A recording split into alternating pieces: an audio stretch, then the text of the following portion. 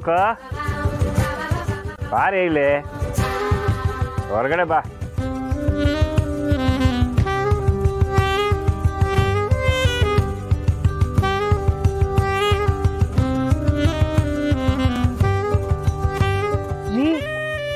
ಏನ್ ಕರ್ದಿದ್ದು?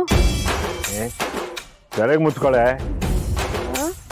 ಸರಿಯಾಗಿ ಮುಚ್ಕೊಳೆ. ಏನ್ ಹೇಳಿ? ನನಗೆ ಎಣ್ಣೆಗೆ ನೆನ್ಸ್ಕೊಳಕ್ ಏನಾದ್ರು ಬೇಕು. ಏನ್ ತರ್ಲಿ? ಬಿಸಿ ಬಿಸಿ ಬಜ್ಜಿ ಮಾಡ್ಕೊ.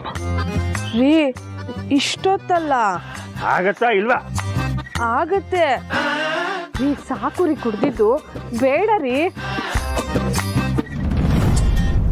ಎದುರು ಕೊಡ್ತೀಯ ಮಾಸ್, ನನ್ನ ತಲೆ ಕೆಟ್ಟರೆ ಏನಾಗತ್ತೆ ಅಂತ ನೀನು ಗೊತ್ತಾನೆ. ಗೊತ್ತು. ತಿದ್ದು ಯಾಕೆ ಕುಡಿತೀರಂತ ಪ್ರಶ್ನೆ ಕೇಳ್ತೀಯ? ನಿಮ್ಮ ಆರೋಗ್ಯ ದೃಷ್ಟಿಯಿಂದ ಹೇಳ್ದೆ ರೀ.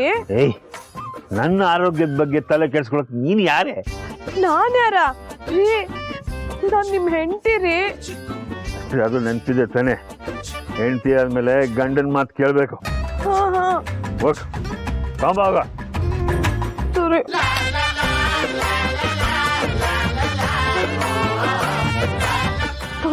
ಬಜ್ಜಿತೀನಿ.